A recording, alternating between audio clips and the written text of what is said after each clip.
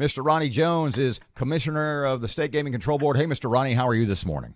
Good morning. How are you, Robert? Aaron? So the Supreme Court overturns it was Chris Christie. Now it's the New Jersey governor whose name I forget, but they basically throw the option of legalizing sports gaming back to the individual states. The Louisiana state legislature has already and recently said, nah, we don't think so right now. Do you think now that the Supreme Court decision is in, that the state of Louisiana will take a second look? I think eventually the legislature is going to authorize it. I don't know if it's in the near term, probably longer term. I think a good clue for us is going to be how the vote shakes out on the fantasy sports, which is going to be voted on by each parish. I think that's going to give the legislature a feel for what the citizens of the state want to do. Excuse me just a second, Ronnie. Do you think something like that, parish by parish by parish, do you think that's a good idea, or do you think it should be, and I'm thinking about the sort of across-the-board Uber rules that the state just decided, no, we're going to let every city do it. Do you think it would be better off if we had across-the-board gaming rules for the state, or do you think parish by parish is the way to go? Well, I was around a long time ago when riverboats were first authorized and video poker, and that was done on a statewide basis. And there was a near revolt from some parishes saying, we don't want this. We never got to vote on it. So Mike Foster came back and authorized the parish-by-parish referendum.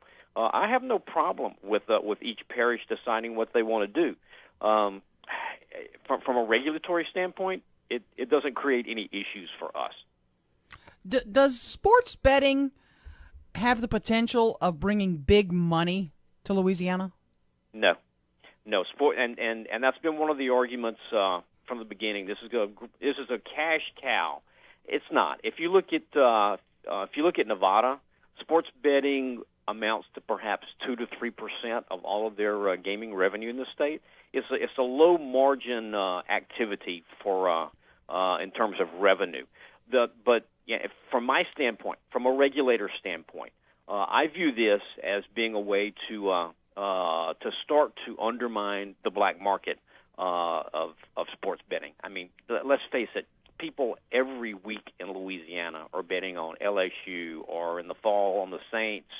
They're either betting with their barber or beautician, or they're cousin. doing it. Yeah. Or cousin. Yeah. But Ronnie, at this point, isn't there? Or they're doing it on the internet with some of these offshore sites. That's what I was going to ask about. Do you have any numbers? The offshore stuff is huge. And would legalized gaming, sports gambling in Louisiana, would that cut into that offshore stuff that is in fact so popular? Yes, that you have to look at it. It's a layered effect. If it were just offered in the brick and mortar facilities, let's say riverboat casinos and the land-based casino, you're going to erode some of that black market activity.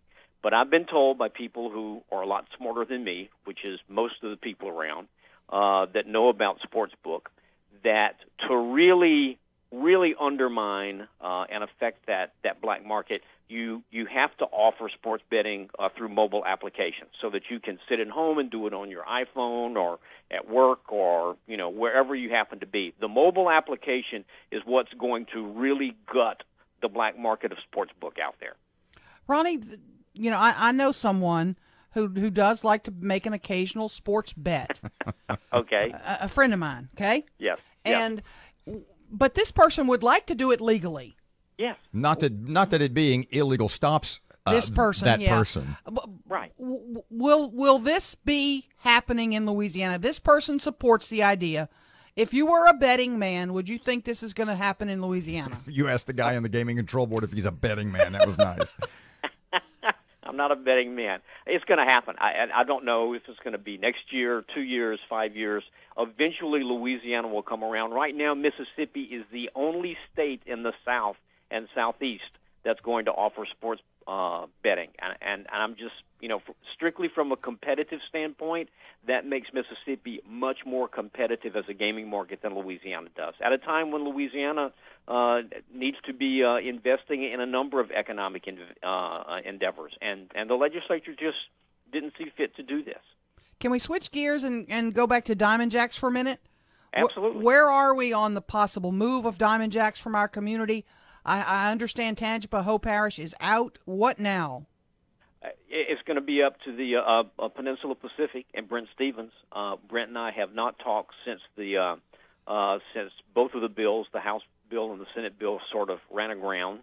No pun intended. But it does not appear that a move to Tangipahoa Parish is going to be authorized at this time. I don't know what his long-term plans are.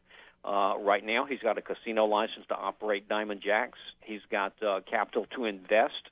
Whether or not he's going to make that investment in Bossier City or seek to move somewhere else, I don't want to speculate about that. I know that Brent is a good operator. He has the best interest of that license at heart and those employees. He's very concerned about the well-being of those employees. So I don't know. We haven't talked. I'm sure we will visit after the legislative session. But he's somewhat constrained in terms of options if he wants to move. That's limited for him. Mm-hmm. So I can't. I don't want to predict what's going to happen.